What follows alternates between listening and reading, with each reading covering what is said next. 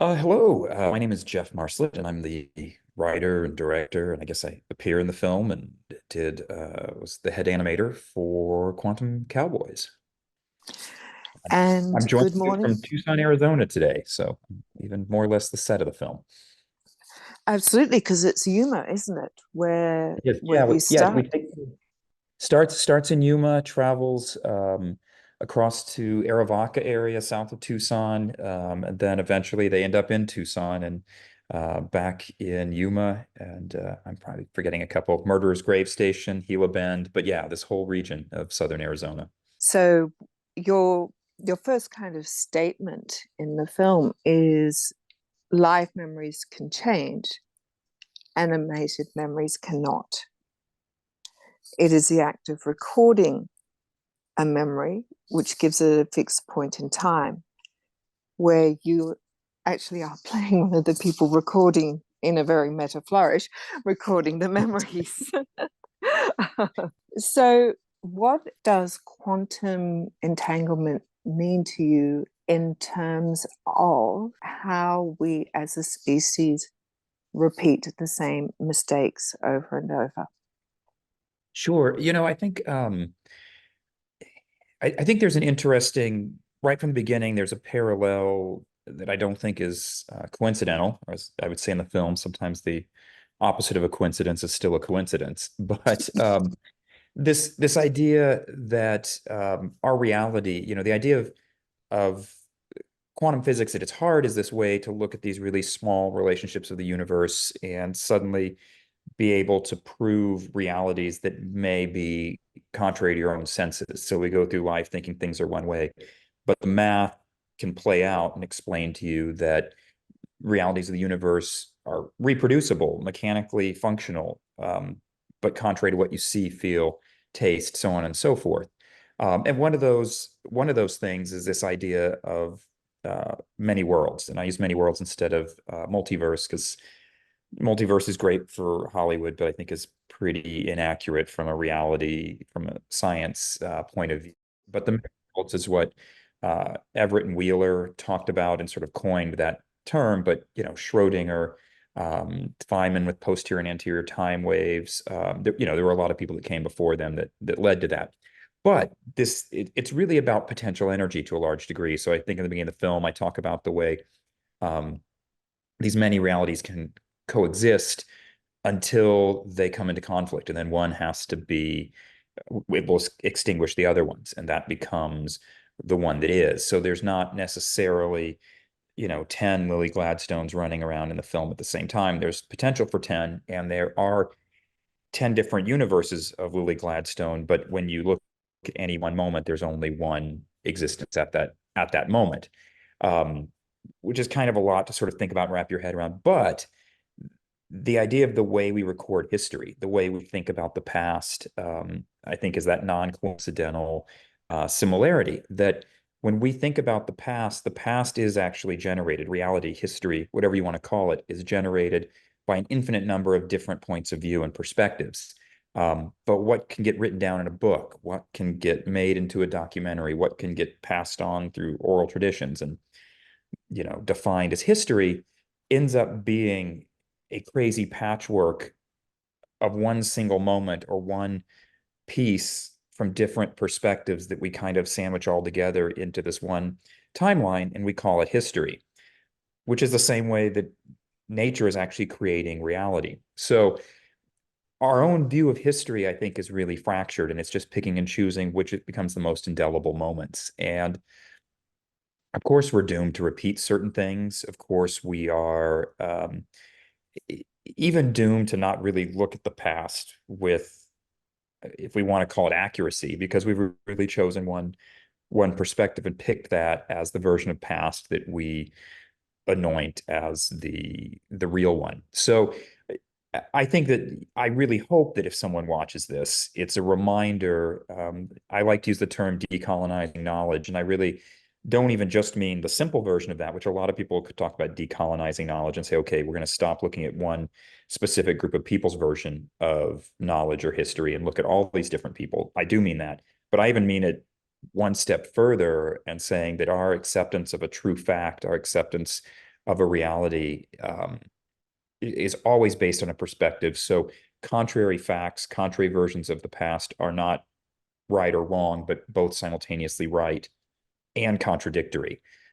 So that's wandering from your question, but this whole circle of realizing that what we call the past, what we call reality, really has to be understood with the observer as part of the equation. Does that sort of make sense? It absolutely does make sense. And as somebody who observes, as a critic, you're observing through both a subjective and objective lens. So the director is telling you where to look, but where you decide to see is going to be where it resonates with you the most. Absolutely. And it makes each experience, each time someone, I mean, to some degree, a movie is captured, it doesn't change.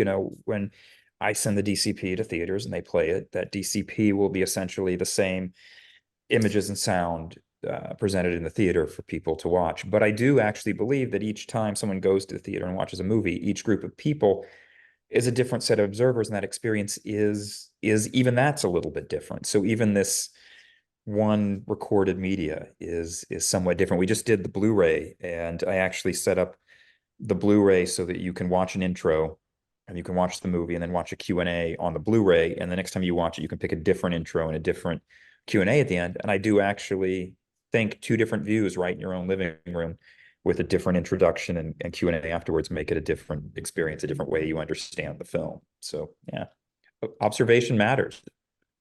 Observation does matter, which is something that you also kind of spoke about in Mars too. Your first big animated feature, which has Mark Duplass in it, and your response to that was, we have anthropomorphized the Mars rovers, but we have forgotten humans. I laughed so hard when I found out intelligent life was just a cold, because I have one at the moment. You got a cold at that exact moment. Yeah, exactly. And that played on my idea. That whole film is really the pointing out the similarities between exploration and romance, which again, I think as artists, as people, as creatures, we come back to ideas that we're always thinking about anyway. So there's a lot of similar ideas in Mars, in Quantum Cowboys, in the Phantom 52. But certainly in Mars, that the movie is, romance is exploration, exploration is romance. And so that life evolves. No spoilers for those of you that might now want to watch Mars. I won't give you too many spoilers, but the existence of life comes out of that relationship between Mars and Earth. And when you go somewhere, when you go on a trip, when you explore, the place you think you want to go, the place you read about or saw, and you want to journey over to that place, you can't actually go there, because the minute you get there, you're going to change it. So the place you went is actually a new place that's slightly different than the place that you set out to get to. And you that got there is a slightly different version of yourself than the one that set out on that journey. And that this whole is all movie. very Borgesian. I noticed I noticed a lot of kind of Xena and Time's Arrow, and I think there's even a bit of a joke where in the film where you talk about Tom and Jerry, which is going back to one of Borges' essays. Was I wrong to pick up on that? No, not at all. Not at all. And that, if someone was, I think the Blu-ray has this. There's an extended version of that scene that plays that joke out a little longer, that just for the sake of trying not to completely lose audiences, we tightened some. But yes, so no, you're not off beat or not off track at all there. So in the film, in Quantum Cowboys, you have these two lovable lunkheads, but horrible lunkheads, played by Frank Mosley and David Arquette, who believe that if they can only sell a version of Led Zeppelin's sorry, I just have to laugh because it's Led Zeppelin's Stairway to Heaven, of all things, to think that they can get away with saying they wrote that, and they've they've stuck themselves in time trying to invent the light bulb before Edison does. It's just incredibly funny because nobody is going to be Led Zeppelin but Led Yeah. Zeppelin. And when Howie, who is extraordinary in all your films, and I hope I say he's your kind of your muse, isn't he, in some ways? Oh yeah, we've been lucky enough to be collaborating since 1999, I think, give or take a year. I'm pretty sure 99, maybe 98.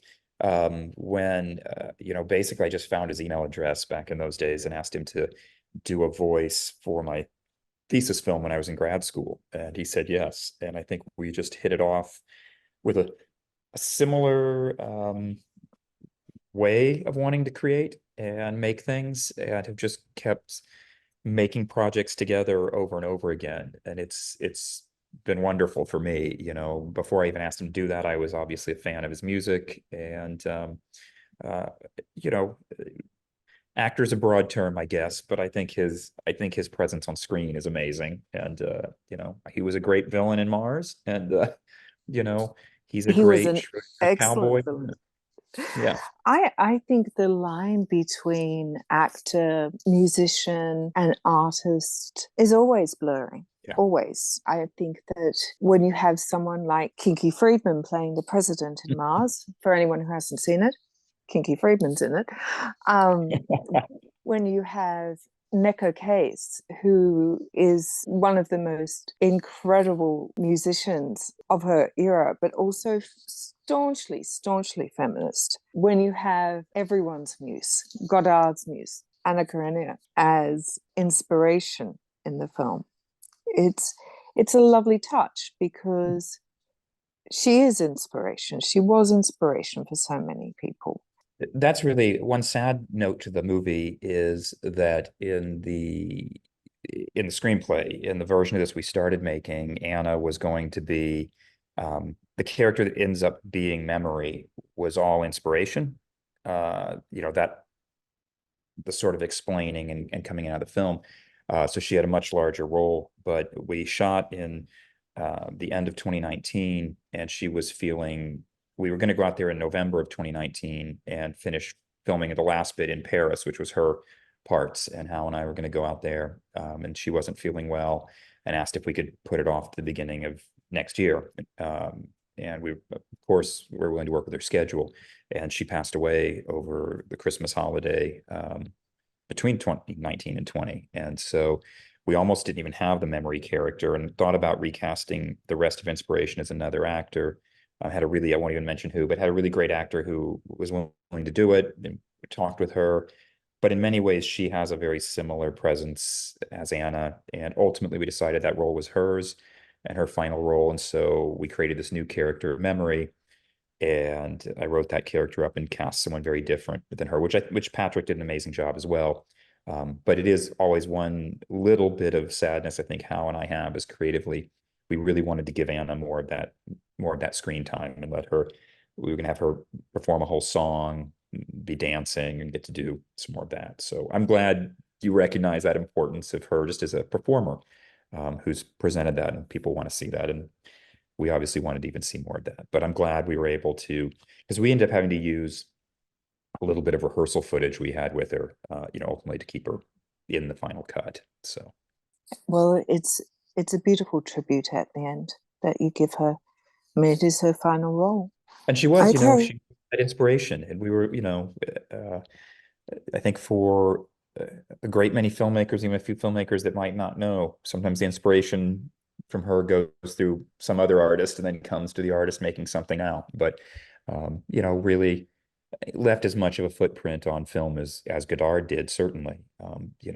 Even if people weigh directors, performers, different people with different amounts, I don't think that that's necessarily the right way to look at it. And I think she's an influence to anyone who has had elements of French New Wave come through their work. It's elements of her too. So yeah. Yeah. Oh, absolutely. And as I said, she is an icon. What I want to talk specifically about is Lindy, or Lily Gladstone. Yes. Quantum Cowboys was talking about exactly what Scorsese was talking about in Killers of the Flower Moon, but she has so much more agency in this film. Um, you know, she shanghais someone into marriage. Absolutely. I love Killers of the Flower Moon. Great film, very different film. But I do think, hopefully for people who are watching this and have just, watched this retrospective of her films, I do think that Quantum Cowboys gave Lily the chance to be a very different character than most films have given her the opportunity to play so far. Um, and was important to me for that character. I mean, I've known Lily for I think about 10 years, give or take a year again, and really wrote this part with her in mind to play this. And certainly at the time when she came and did the film in 2019, she was less well known. She still had some great work, and I think a lot of people already had recognized how good she was by the time I got to put her in my film, but a greater number of people recognize that now. But when I think she and I both made the joke about it when gave her the role. She was busy, didn't really have time to do it when she got the script, but was like, "Oh, I'm definitely going to do it." When do you get to play Han Solo and Luke Skywalker in the same film? And thought that was a great way of looking at this character, that her character is a bit of the scoundrel. Her character is the one that also, like you said, Shanghai's outsmarts people, brings, look, I'm going to trick Bruno into marrying me because I want to get this thing back, this thing being my land. And um, but at the same time does so she's the looking out for herself scoundrel in that way, but she's also the one that can help them get where they're going. So she's the one that also comes in and is like, hey, you guys need a mentor of sorts, or you're going to wander around here aimlessly, and ends up helping them. And if we ever get to make the sequels, plays a gigantic role in what the camera crew are, in who the immortal characters are. So her character goes a lot further. And Lily's just the type of actor who has an automatic depth that she brings, that you as the director don't have to necessarily create for her. She'll ask you the questions she wants answers to and builds up that whole character and brings it in. And I thought for this role was, she brings her own thoughts to it. So there is part of the film that talks about getting the land back and going into Orville Brown's office, and those things are part of her story. But I like to think through most of it, you just get to see the agency of her existing in this world and how she behaves and how she gets other people to do things for her, but how she's also there for them. And was really happy that she could play that without it having to always necessarily be dour or be as sad as some of those implications are, that she could also make jokes, that she could also be tough, that she can also do all of the things that make a person survive in that world. And I think that kind of all I had to do was tell Lily about what I just told you, and she ran with it and really created the Lindy character that was even more than I ever wrote. And came onto the screen. It was made me as a director, forget to call cut sometimes because you're seeing performers do it and you're like, I just got caught up in my movie. Wait, cut. Well, that's the thing about Lily, is that she is magnetic.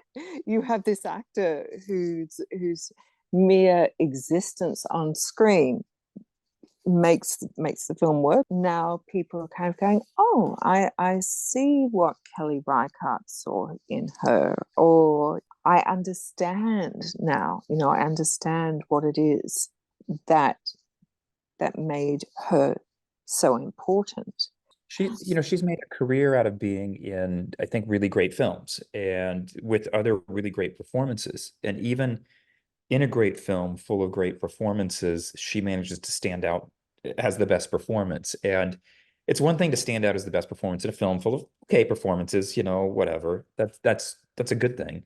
But she's had the, really uncanny ability to be in so many films full of really impressive other performances and still be the best. And I think that speaks a lot to her, her command of this art, and it's pretty great. So yeah, I think to any director, and again, I think everyone knows this now, so I'm not saying something that other people aren't already thinking, but if you have the chance to work with her, give her a lot of the film, let her help lead the film because she certainly can and will.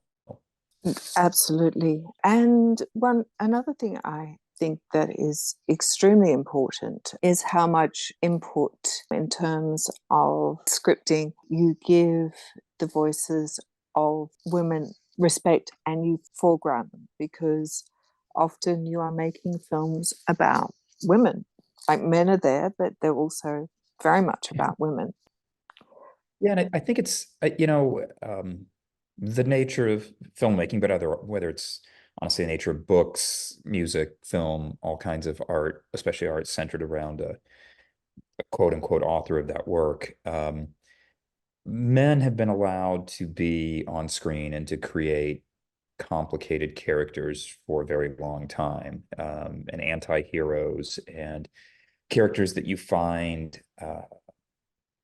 gray and in the middle, value to them, but also flaws, and then you can like them for that. And too often, which is changing, which is good, but too often in the past, female characters get relegated to being this is a bad character, this is a romantic character, this is a good character, and haven't gotten the chance to play um, somewhere in between, somewhere more complicated. And that is something that's important to me, is that those are many of the women I know in the real world are complicated and real people and have fully rendered personalities and desires. And some of them are nicer at some points and not as nice, or have their own troubles and accomplish things. And it feels like if you're going to give any character a place in your film and spend that much time creating that world and telling a story, let them be full real characters. And so that has been an important thing in all of my work, but also something that strangely isn't it's not a struggle. I wouldn't call it a challenge of the work to create those characters. I think if you think of those female characters as characters and write them that way, and when you think about who you cast and collaborate with, pick people with their own strong personalities that they bring that part into the screen, then they are there. Lily's that type of collaborator. Nico Case is that type of collaborator. Trieste was that type of collaborator with Loves Her Gun, and co-writing Loves Her Gun. I mean, Loves Her Gun was a great experience because, our DP, Amy Bench, was a woman, co-writer, Lauren Motory, the woman co-writing with me, Renee doing our sound recording. You surround yourself with people who happen to be women doing these things, and it does bleed over into what you're able to put on the screen, without it having to be something where I say, okay, let's make sure we get this in there. Instead, I think, let's make this thing be good, and it naturally does some of that. Does that answer make any sense at all? All of your answers make sense. Do not worry about that.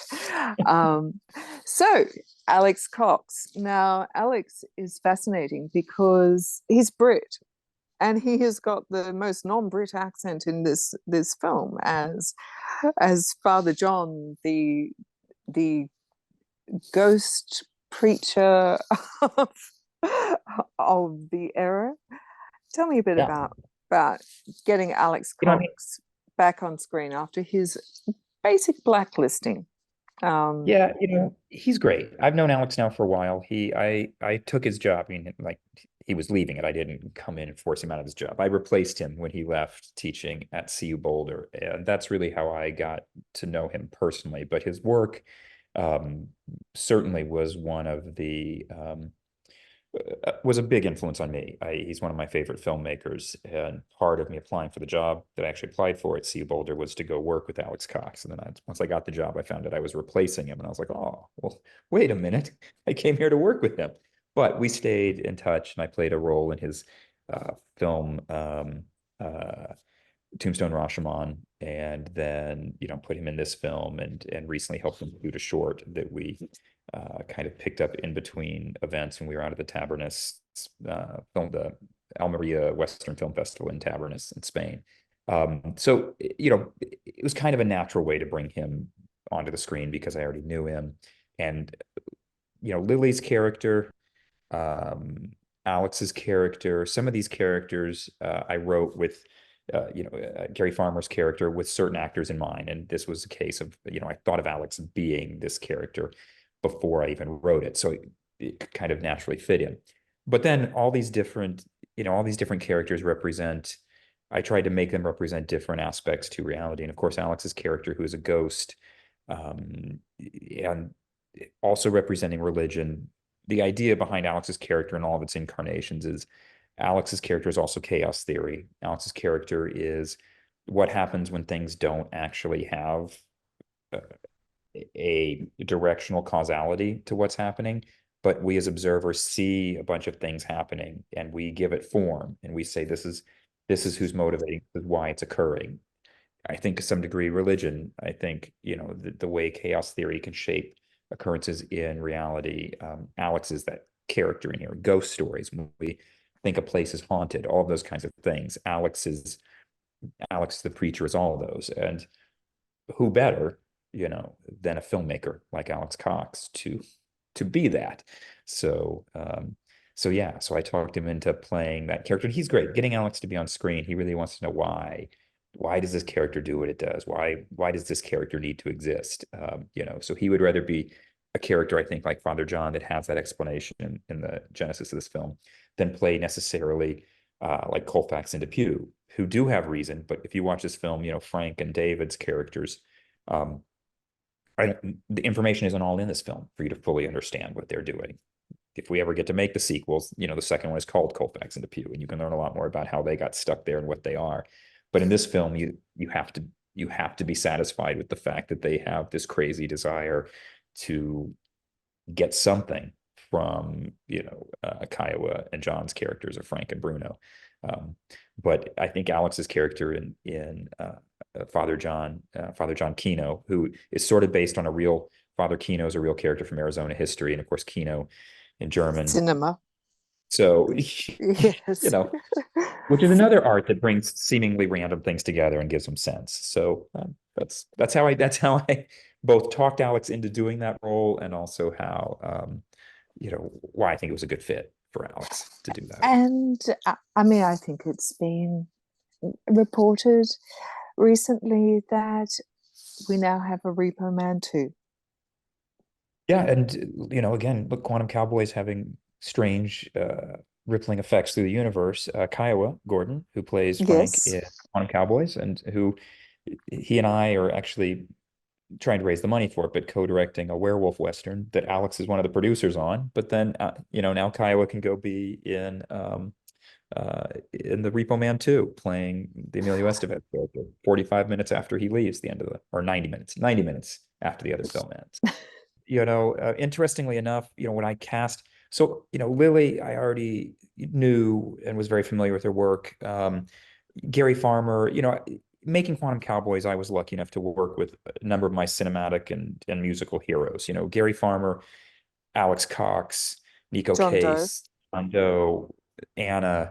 Um, these are reasons why I make films, why I make art, are those people. So getting to use some of those that I either knew personally or was familiar with was really great. Kyle was a case of filling a role with someone new who I didn't know well, but I had liked Kiowa from some previous work. And it turns out that wasn't the Twilight movies, which I still Was haven't watched. Blood Quantum? Blood Quantum I loved. That was definitely one of them that I had just seen recently when, and Geoff Barnaby, who directed that, passed away recently, but some great work, all of Geoff Barnaby's stuff. But also Red Road, Kiowa was great in not too long after he did. It's a series that was on Sundance Television with him and Jason Momoa, but Kai was great in that. And so I kind of knew him from a different world, but it is really fun to now dust off his werewolf chops again and bring him back into the werewolf thing. Who does? I mean, fans of Twilight have to want to see Kiowa be a werewolf again. Who wouldn't want that? So. Absolutely, absolutely. So, what else would you like to say about your film? Oh God. I mean, one, just if you're sitting through this, it means you probably watched my movie. It means you probably enjoyed it or hated it, one or the other. Either one's okay, but you were curious enough to tune in and try to see where it came from. Absolutely. What do I want people to think about this film? I want them to feel like they participated. The film states it. I mean, so it literally states it in words that observation affects the outcome. I want people to feel that way about this film, that I think while they're watching it, it should make them think different times with different viewings. That the reason I did physics before I did film. And what I liked about physics was not the ability to have a job, because I didn't study the really applied part of physics, or I did study some of it, but I didn't do that. What I liked was theoretical physics. I liked the idea that we can think through the universe in such a way that the universe is different than we can visualize, taste, touch, feel. But what that does is like a magic power, because suddenly it's like taking some kind of psychedelic, which I hope this movie makes people feel that way, that if you Well, down actually, the reality. that does happen in the Yeah. film. Yeah. I mean, I in fact he put a psychedelic in, I mean, we used a pear, but I put the psychedelics in Kiowa's, my character in Kiowa's mouth as he's splitting between the observation universe and the universe that we have happening there. And I want the audience to feel that while they're watching the film, is to say, I've got this new magic power that I can see beyond my senses. But be aware that the gift you get of being able to see beyond your senses is awesome, but it also yanks the carpet out of under you, because you've trusted your senses for your whole life. So now you can't trust anything you thought you walked through the door knowing. And I think that's the way knowledge works, that it is exploration. Knowledge says, here, you're learning a new thing, but that takes away what you were so sure about. Humbly, I will say that if we go through life learning new things and letting the new things we learn erode a little bit of what we thought we were sure about, and make us second guess that, not in a bad way, but in a good way, to keep on evolving as thinking beings, thinking creatures.